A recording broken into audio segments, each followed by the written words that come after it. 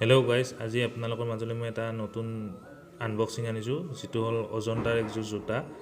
তো মই ফ্লিপকাৰ্টত অৰ্ডাৰ দিছিলোঁ, আপোনালোকক তলত ডিছক্ৰিপশ্যনটো দি দিম কিমান টকা লৈছে কি লৈছে।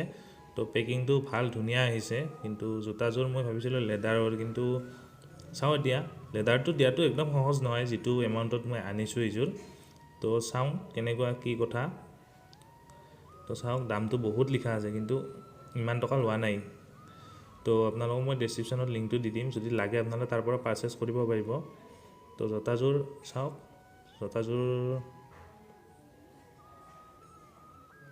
তো জোতাৰ লগত বেলেগ একো নাই, খালি জোতাযোৰ আছে। তো জোতাযোৰ আচলতে এইটো আমাৰ গাড়ীৰ চকাৰ যিটো টায়াৰ থাকে সেনেকুৱা টাইপৰে এইটো লাবাৰ হয়। তো ভালেই, পানী চানী নুসুমে, আৰু বৰষুণত তিতিলেও মানে কি আপোনাৰ ইফালে ছাইডটো মানে কি পানী সোমাই নাযায়, আৰু পানীত খোজ দিলেও আপুনি ভাল, একদম ধুনীয়া হয়। তো আপোনালোকৰ যদি এই জোতাযোৰ ভাল লাগিছে, তো মোৰ তলত ডিছক্ৰিপশ্যনত লিংকটো দি দিম, তাতে যে আপোনালোকে জোতাযোৰ পাৰ্চেছ কৰিব পাৰিব।